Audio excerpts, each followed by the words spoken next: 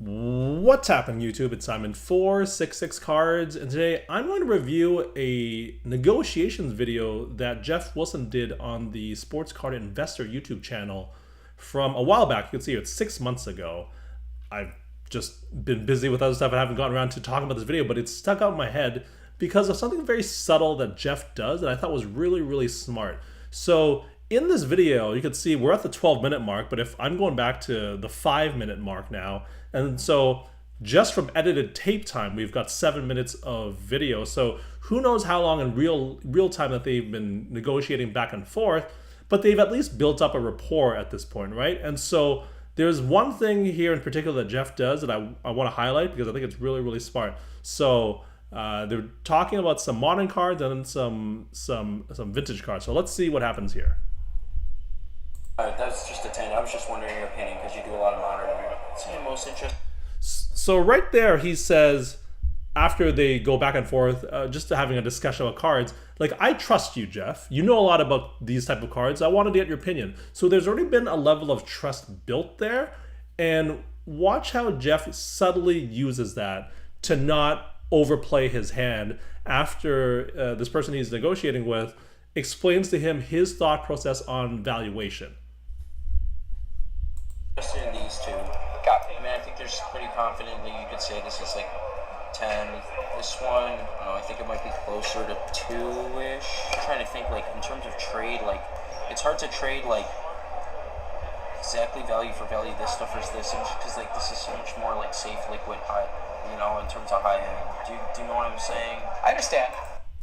So he says there, I understand, and leaves it at that, right? And then you can see here, they talk a little bit further. If I were to trade to get the...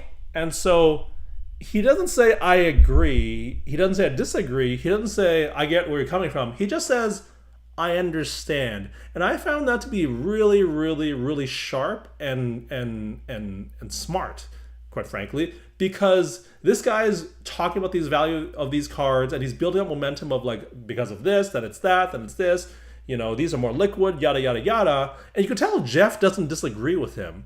But because Geoff knows that his value or his viewpoint is trusted by this guy, he doesn't just say, yeah, I agree, because then that lets the other person know where he stands. Instead, he just says, I understand what you are saying. That doesn't necessarily mean that I agree with what you're saying. And it almost, like, kind of stops him in his tracks and he loses a bit of momentum there because he's just acknowledging the train of thought that he had as opposed to saying, I agree with your train of thought. And that gives more question. It gives more, like, uncertainty about what Geoff actually thinks. Even though he might, in his heart of hearts, totally agree with what he's saying, he doesn't play that hand. He doesn't show his cards to confirm that, yeah, like what you say, I agree with, so that there's more room for negotiating when it comes down to talk about value. And I just thought that was really smart.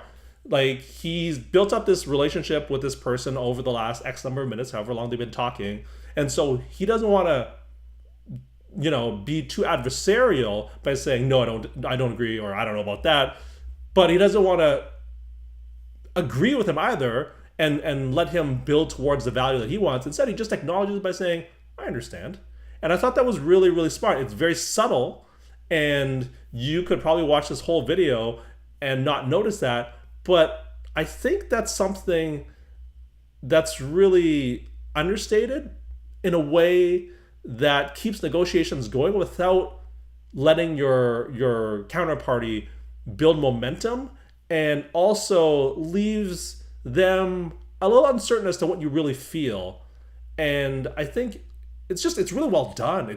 You could tell that Geoff has negotiated a lot of deals, and I know there's been many videos made about that, but, like, at the bare basics of this thing, this guy's a really good negotiator. And I think using that type of technique is something that I'm going to try and use when I go to the National.